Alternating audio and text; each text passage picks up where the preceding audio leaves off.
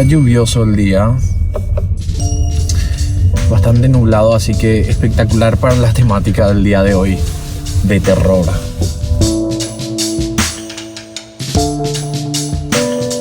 Probablemente la pareja más querida y famosa del mundo paranormal. Además, tengo que aceptar que son unos genios en el ámbito del terror porque ellos fueron los que ayudaron a producir las películas de terror más famosas de los últimos tiempos. El Conjuro, que tiene 3 partes, Annabelle, que también tiene 3 películas, Amityville y varias colaboraciones más que sin dudar convirtieron a Ed y Lorraine Warren en la pareja más conocida del mundo paranormal. Según sus propias palabras, Lorraine se considera clarividente.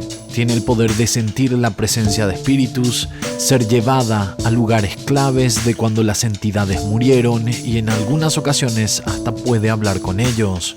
El esposo, Ed Warren, es un demonólogo que con su esposa hacían una dupla perfecta para entender lo que pasaba en diferentes casos que investigaron. Y la mayoría de las películas aclaran que todas las historias están basadas en los documentos oficiales de la investigación que la pareja realizó. O sea, basado en hechos reales. Algo que le doy a los Warren como beneficio es que ellos eran muy inteligentes. Y según mi opinión, ellos no eran lo que decían ser. O yo creo que sí sabían lo que estaban haciendo. Yo creo que se metieron mucho en el tema paranormal y entendían ese mundo. Pero realmente yo no creo que ellos fueron lo que decían ser. Desde clarividentes a demonólogos, porque la historia de los Warren está llena de evidencias de no ser solamente una farsa, sino que prometieron a varias de las víctimas mucho dinero, cosa que no siempre ocurría. Aparte de eso, las alegaciones en contra de Ed Warren son muy fuertes. Acusaciones de abuso a una menor de edad y maltrato hacia su esposa. No sé si se acuerdan que hace unos años, y los que siguen este canal hace muchísimo tiempo creo que se van a acordar, yo había lanzado una serie que se llama No es Paranormal. Una serie cortísima porque solo tiene 2 episodios, que es el caso de Amityville y el caso de Elisa Lam, que son casos criminales que tienen estos toques paranormales y que yo expongo estas historias demostrando que no son paranormales. Bueno, hoy estamos de vuelta y este es el 3er episodio de No es Paranormal con los Warren.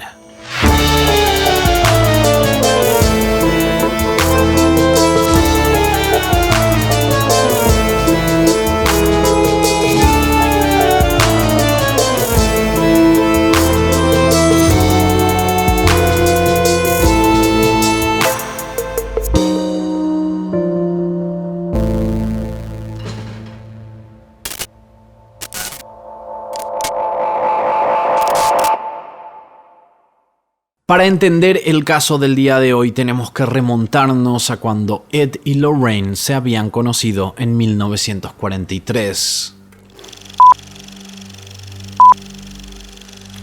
Lorraine Rita Moran había nacido en Bridgeport, Connecticut, el 31 de enero de 1927.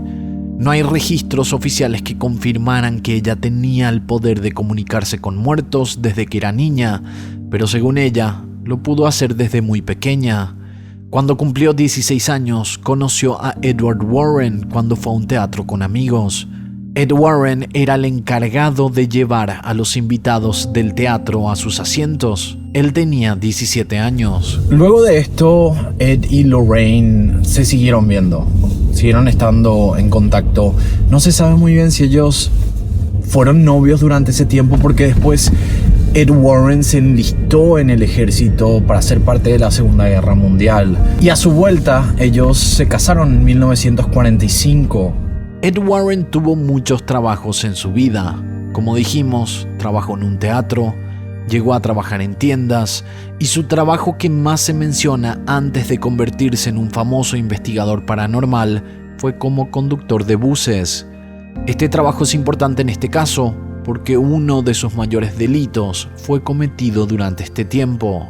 Ed Warren aspiraba a tener una mejor vida, quería poder proveer a su familia y aspiraba a grandes cosas. Y no se sabe exactamente cuándo los Warren empezaron con las investigaciones paranormales, pero según muchos que se movían en ese ámbito, los Warren aparecieron de la nada. No eran asiduos a conferencias, hasta meses antes de empezar a explorar ese mundo. Edward Warren no había estudiado teología o nada referente a la religión, que es lo que se esperaría con el trabajo que luego lo hizo famoso. En cambio, estudió artes y empezó a vender sus obras en la calle. Ed Warren no era malo pintando. Él se veía como un exitoso pintor, pero la verdad era que él era uno más del montón. No se destacaba por encima de los demás. Y ustedes saben, el mundo artístico, más todavía en Estados Unidos, es bastante competitivo. Entonces no es algo que se puede lograr fácilmente. Pero Ed Warren consiguió muy buenos contactos metiéndose en el mundo artístico de Estados Unidos, que luego le servirían estos contactos para cosas mayores que él iba a hacer en el futuro. Su interés en lo paranormal empezó cuando, según él, se dio cuenta que en su casa de la infancia había espíritus. Así se adentró a este mundo, el cual lo combinó con su habilidad con la pintura. Cuando escuchaban que una casa estaba embrujada, él, con ayuda de su esposa, de Lorraine, que para ese momento supuestamente ella ya era clarividente, pintaban estas casas en óleo con lo que ellos percibían de estos supuestos espíritus que existían en esas casas. Y luego ellos entregaban estas obras a los dueños de las casas embrujadas.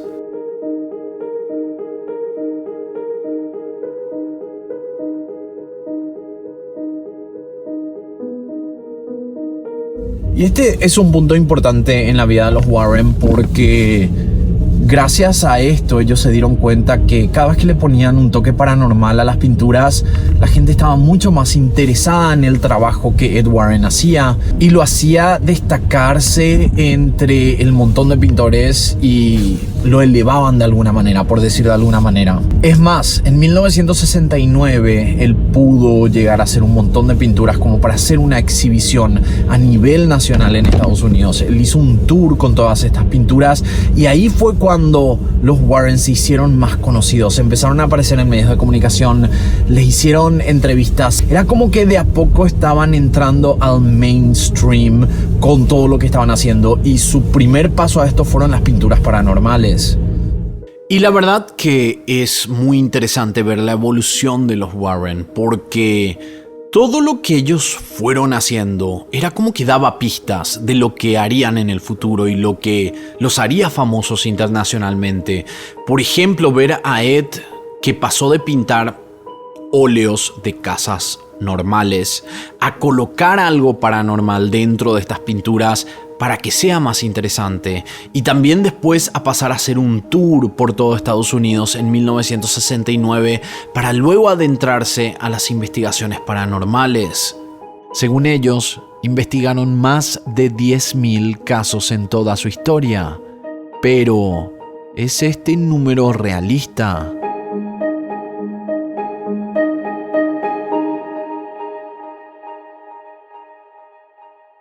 Para poder investigar 10.000 casos, una persona durmiendo 7 horas al día necesitaría un total de 27 años para poder realizarlo, asumiendo que investigaría un caso por día sin descanso. Pero viendo cómo los casos le tomaban al menos una semana de tiempo, algunas veces hasta meses, esto sumaría un total de al menos 191 años en total, lo cual es humanamente imposible. Y esto sin sumar que los Warren se pasaban viajando, dando charlas, participando en escrituras de libros y producciones de Hollywood, lo que daría al menos un total de 201 años para poder hacer 10.000 investigaciones. Iniciando con este dato que ellos mismos mencionaban constantemente, podemos decir que los Warren o exageraban en los resultados de sus trabajos o simplemente pensaban que nadie dudaría de ellos, porque creer en fantasmas o lo paranormal no es cuestión de ciencia, es cuestión de querer creer. Y ellos sabían esto, y este detalle fue fundamental para poder crear su propio imperio. En los 70 los Warren pasaron de simplemente pintar casas embrujadas a hacer investigaciones paranormales en las casas que tenían acceso para hacer las pinturas. Ed Warren les decía que si les daban acceso a toda la casa para hacer la investigación, ellos les darían la pintura sin costo. En 1971 ellos realizaron su trabajo mejor documentado en el tema paranormal. No fue su caso más famoso, pero fue el caso que mejor documentación tuvo, que se trataba de una casa en Rhode Island. Y este caso fue llamado popularmente el caso Perron porque el apellido de la familia era Perron.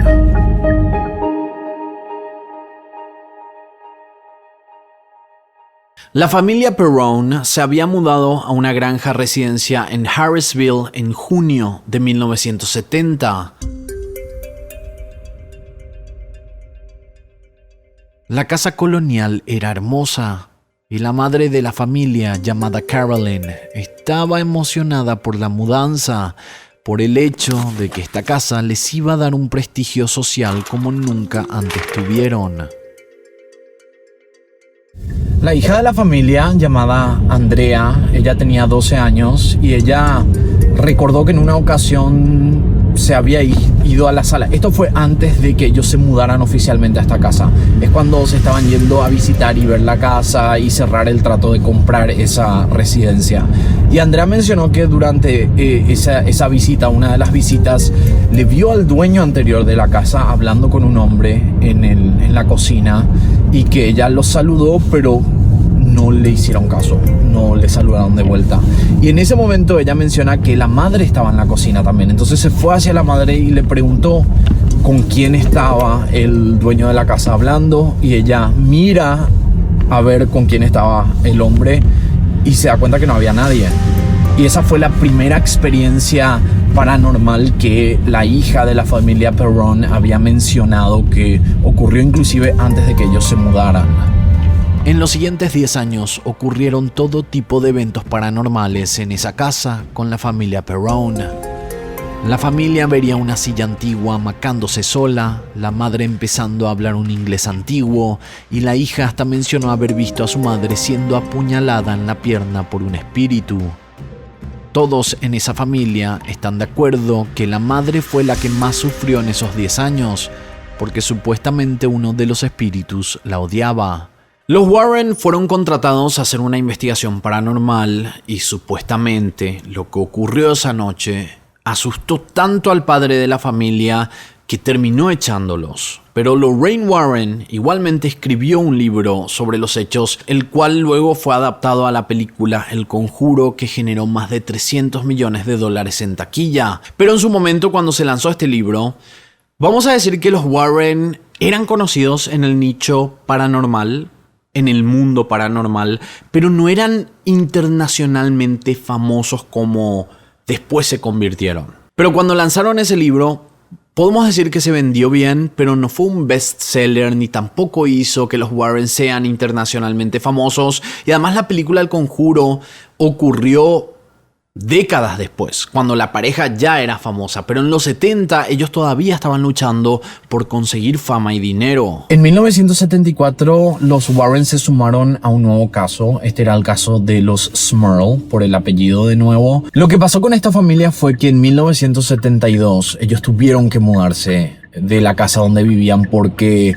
un huracán pasó por esa localidad y destruyó prácticamente todo. Entonces, cuando evacuaron, decidieron ir a vivir a Pensilvania, a la casa de los abuelos. Los abuelos de esta familia, ellos tenían 2 dúplex. Los abuelos vivían en el dúplex de la derecha, entonces la familia Smurl se mudó al dúplex de la izquierda. Esta era una residencia construida a finales del siglo XIX y era la mejor salida para ellos porque como ellos habían invertido tanto en su casa propia, se había destruido todo, entonces bueno, lo único que les quedaba era ir a vivir prácticamente gratis a este dúplex.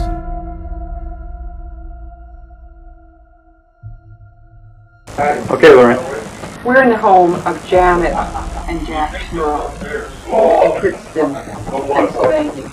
I don't really remember on the tape earlier, but I'm getting the full address of this home, which is at 330 Chase Street, West Pittston, Pennsylvania. It is February 14th, 1986. Members of the Smurl family, Dawn, the twins, Heather, their German Shepherd, Jason, are sitting here. These are the 4 children. their dog, and of course, Janet Smurl. Okay, Jason.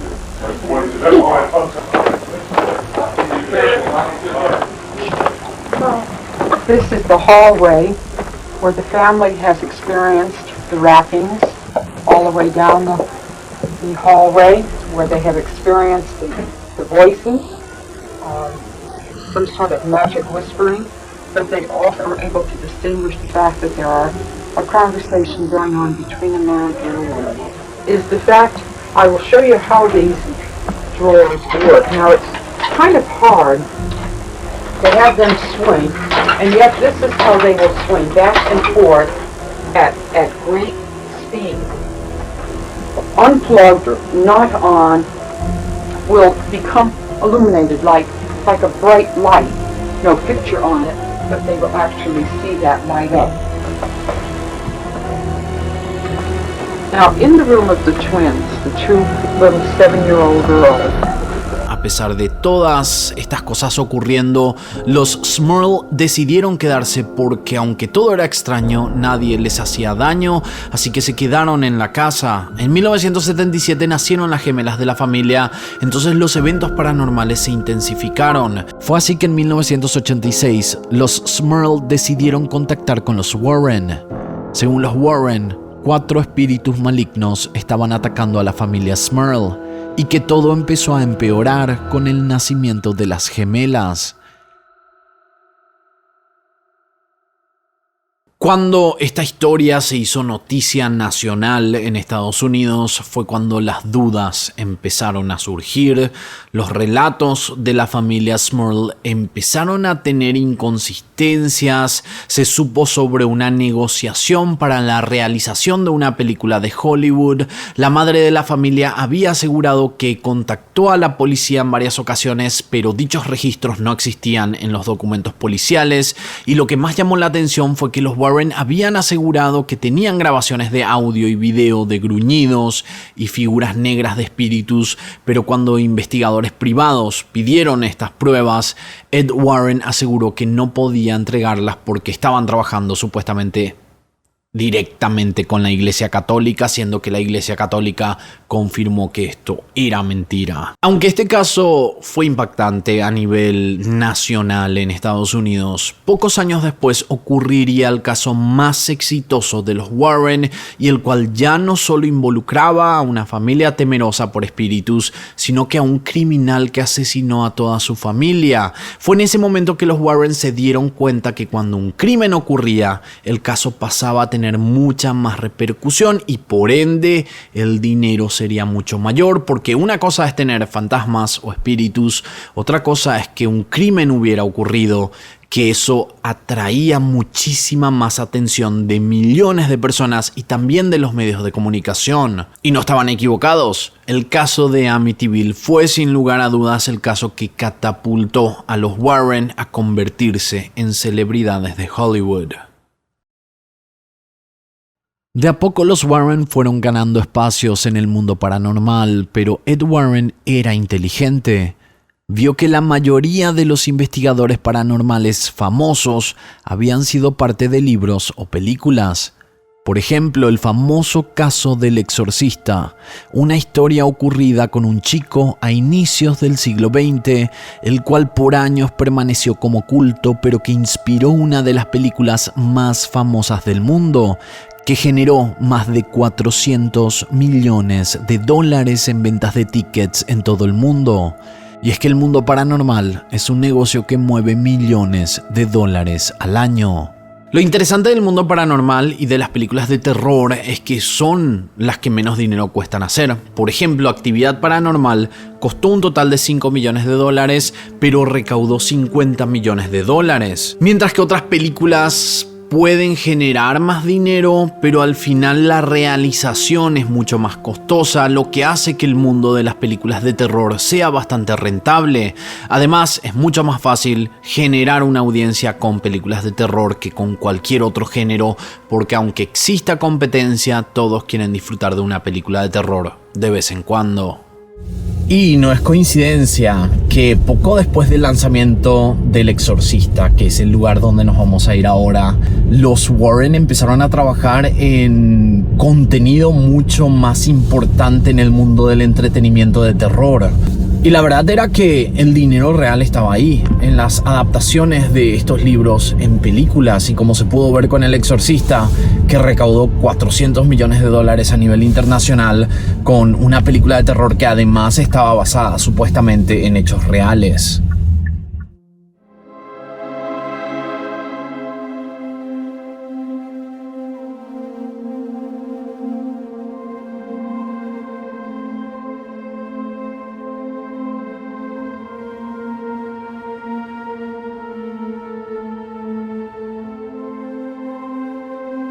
Bueno, estamos acá en las escaleras del Exorcista.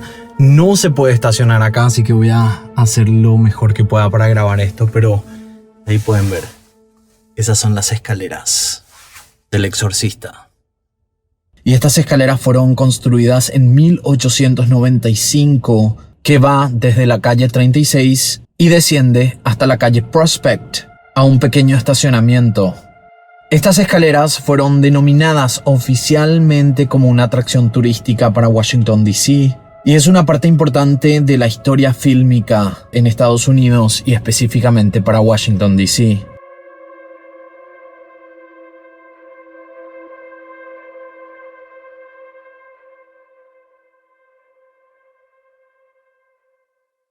En 1975, los Warren se metieron en un caso que tenía todo lo que ellos estaban buscando.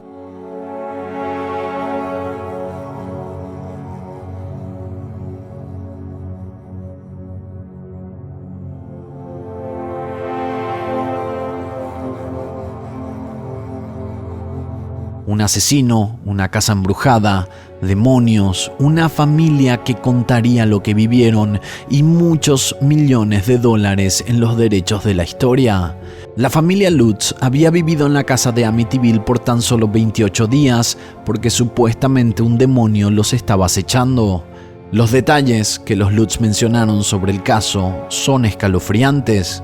Moscas muertas en toda la propiedad, muebles que se movían, las paredes destrozadas, al igual que los picaportes de las puertas, visiones de espíritus, incluyendo un niño que corría por los pasillos de la propiedad, la cabeza de un cerdo volando, el muelle de la propiedad que se abría y cerraba constantemente, hasta llegar a voces que le decían al padre de la familia que asesinara a todos en la casa.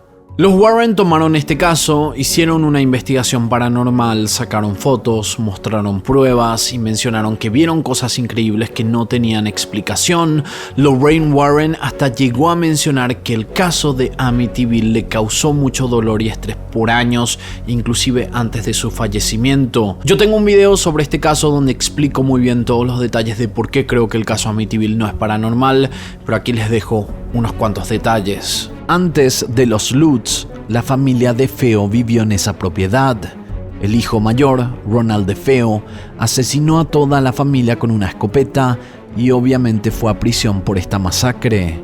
Inicialmente, Ronald DeFeo había acusado a un mafioso de haber cometido los asesinatos, pero a medida que él más hablaba, más inconsistencias tenía su relato. Y ahí fue cuando el abogado preparó la defensa y mencionó que, según esta defensa, un demonio se había apoderado del cuerpo de Ronald DeFeo y que el demonio fue el que le decía constantemente que matara a toda su familia. Este argumento no fue creíble para el jurado y lo declararon culpable, pero DeFeo tenía la posibilidad de apelar, pero para eso necesitarían pruebas contundentes que lo llevaran a un juicio nuevo. En noviembre de 1975, Ronald DeFeo fue sentenciado y un mes después, en diciembre de 1975, los Lutz se mudaron a la casa.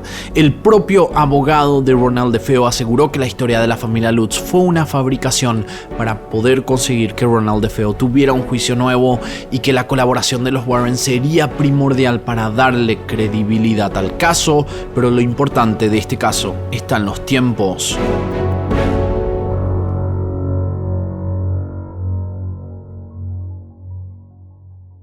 El 14 de noviembre de 1974 fueron los asesinatos.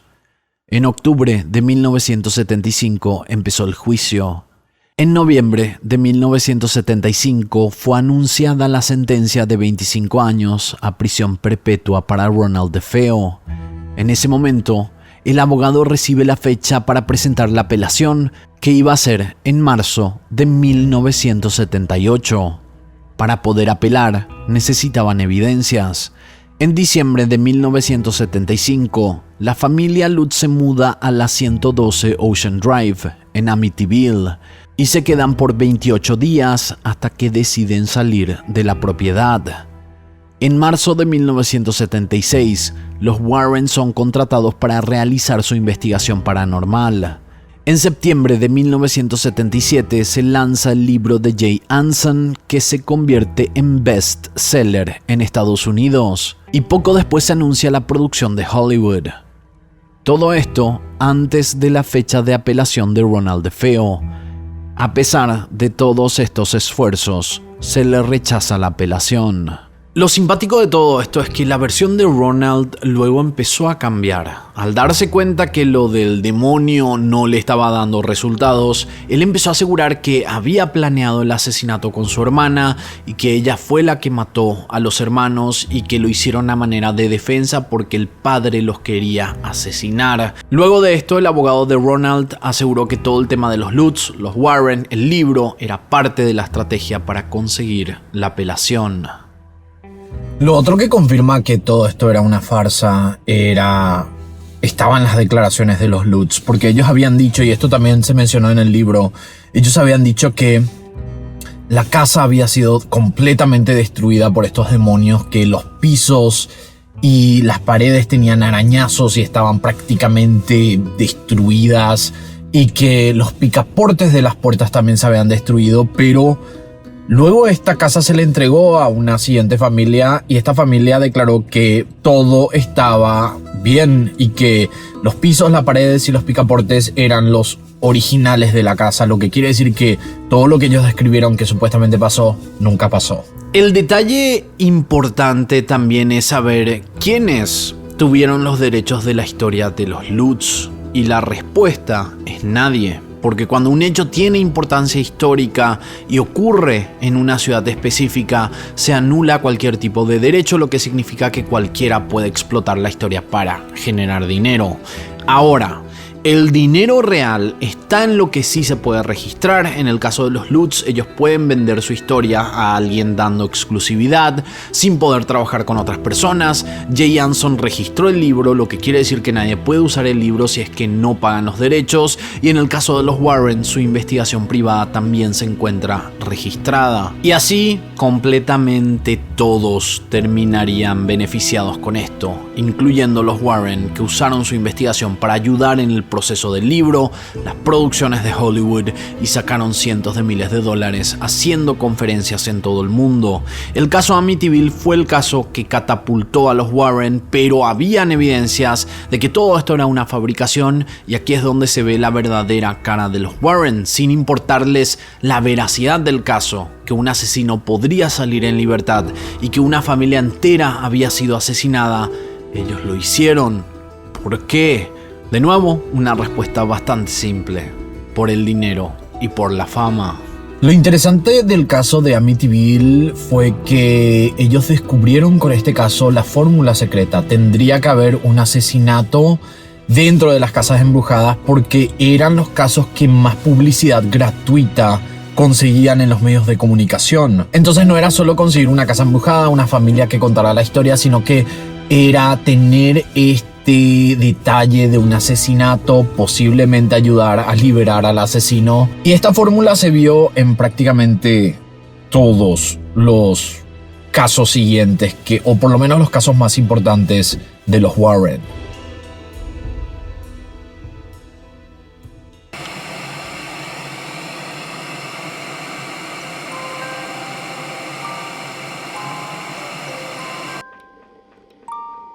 En 1981, los Warren serían parte de otro caso controversial, con un asesinato y la posibilidad de ayudar al asesino a salir en libertad a cambio de los derechos de la historia para generar millones de dólares. Este caso fue muy importante porque se trataría del primer juicio en la historia de Estados Unidos que expondría una defensa sobre la presencia de un demonio para liberar al asesino de una condena y obviamente de nuevo con la ayuda de los Warren. El 16 de febrero de 1981, Arne Cheyenne Johnson, de 19 años, había apuñalado más de 20 veces a un hombre de 40 años llamado Alan Bono.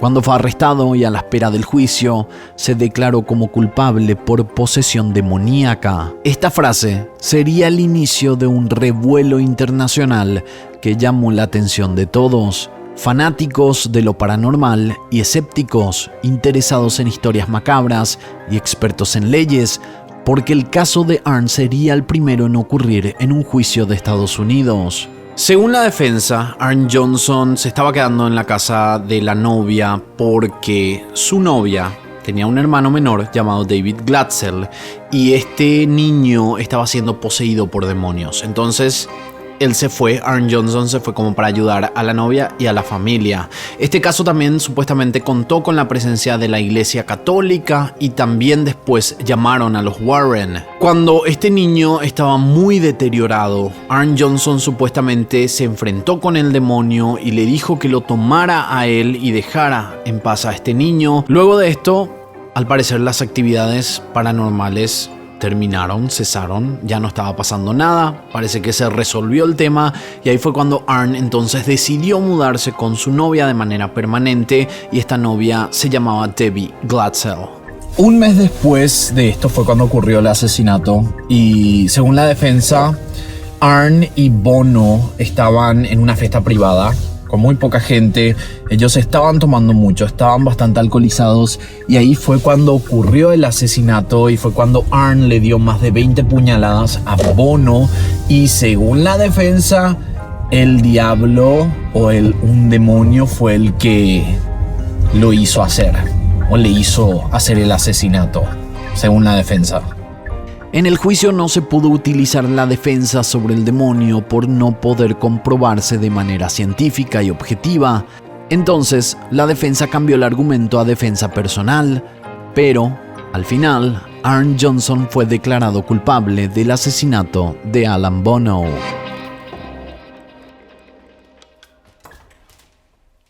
Pero la verdadera historia de lo que ocurrió en ese momento era, creo yo, mucho más realista que esta idea de que existía un demonio. Primero hay que tomar en cuenta que para 1981 los Warren ya eran conocidos, ellos ya eran celebridades. Entonces todo lo referente a sus investigaciones salían en medios de comunicación constantemente, pero por alguna razón esto del niño jamás salió en los medios de comunicación. Era como una investigación que por alguna razón los medios no mencionaron. Y esto hacía especular que quizás esto nunca ocurrió y que fue un invento para la defensa y de nuevo para que los Warren generaran mucho más dinero. Lo que la fiscalía encontró con el caso Arne era que efectivamente ambos estaban muy alcoholizados, el nivel de alcohol en la sangre era muy elevado y que en verdad lo que pasó esa noche fue que después de estar súper alcoholizados, Arne se enteró que Bono se estaba metiendo con su novia y por eso fue el asesinato. No habían espíritus, no habían entes malignos, no habían demonios. Todo esto era porque estaban tomando demasiado alcohol y Arne reaccionó estando alcoholizado y terminó dándole más de 20 puñaladas, pero lo de la defensa del demonio, según la fiscalía y lo que ellos encontraron, era simplemente una excusa.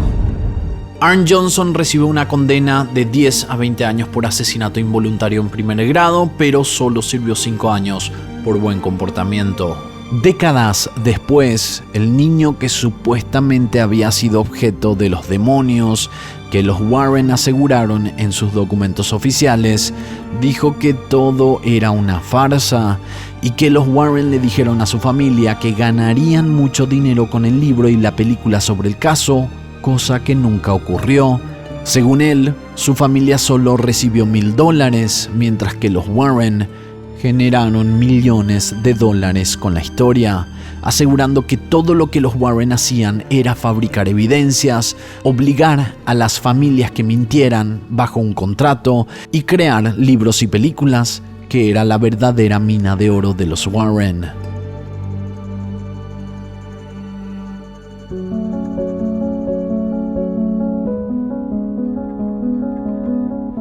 Si ven la serie de películas del Conjuro, pueden ver que la fórmula secreta de esta película es muy simple.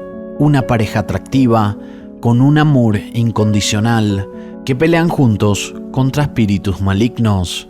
Es más, en el contrato de la saga del Conjuro, los Warren se aseguraron que ellos sean caracterizados como perfectos en la relación. Nada fuera de eso podría aparecer en pantalla. Y esto, aunque suene raro, se debía a que los Warren guardaban secretos muy oscuros en esta relación. Años después de la muerte de Ed Warren, una mujer llamada Judith Penny, quien actualmente tiene más de 70 años, declaró que ella vivió con los Warren durante su juventud. Es más, Ed la había conocido cuando ella era menor de edad y él era conductor de buses, y según las declaraciones de Penny, Ed Warren, quien ya estaba casado con Lorraine, la sedujo, siendo ella menor de edad, y vivió con ellos por 40 años. Según ella, cada vez que Judith Penny era presentada a amigos o familiares, la presentaban como una niña pobre que necesitaba ayuda o como la sobrina, pero según Penny, ella mantenía una relación sentimental con Ed y Lorraine aceptaba todo esto. Y si esto fuera real, el problema aquí no es que ellos tuvieron a una tercera persona en la relación. Si eso funcionaba para ellos, todo bien. Las relaciones son diferentes para todas las personas. Pero acá estamos hablando de una menor de edad. Estamos hablando de una niña que fue seducida por Ed Warren, que ya era mayor. Y además, no solo estamos hablando de Ed Warren, estamos hablando de que Lorraine posiblemente fue una cómplice de todo esto. Otra declaración de Penny aseguraba que en un momento ella quedó embarazada y que Lorraine la convenció de hacerse un aborto porque supuestamente ese embarazo podría lastimar al negocio de los Warren. Por otra parte, Penny aseguró que Lorraine fue abusada física y psicológicamente por Ed por años y que Lorraine le tenía mucho miedo. Tenemos que decir que esto fue declarado luego de la muerte de Ed Warren y cuando Lorraine Warren ya estaba mal de salud. Pero también hay evidencias que demuestran que Judith Penny vivió con ellos por mucho tiempo y que podrían indicar que quizás lo que ella está declarando o que declaró en los últimos años es verdad. Ella había mencionado que le molestó muchísimo ver en El Conjuro que Lorraine y Ed estaban siendo caracterizados como esta pareja perfecta, que se amaban demasiado, que no tenían problemas y que por eso ella decidió hablar, por el enojo que le hizo sentir porque eran hipócritas. Esto según las palabras de Judith Penny. Sea como sea, en todos estos años los Warren fueron descubiertos en mentiras, fabricaciones de evidencias falsas y ayudando a asesinos a salir en libertad, todo por el dinero. Y no está mal generar dinero, todos lo hacemos, es el mundo en el que vivimos, pero si generar dinero significa ayudar a asesinos para quedar en libertad a costas de una familia sufriendo, ahí es cuando el motivo es cuestionable. Y aparte, si las declaraciones de Judith Penny son reales, quiere decir que esta pareja era peor de lo que todos imaginábamos y que lo que vemos en las películas, que se les ve a ellos tan amorosos, tan perfectos, es una mentira más de los Warren.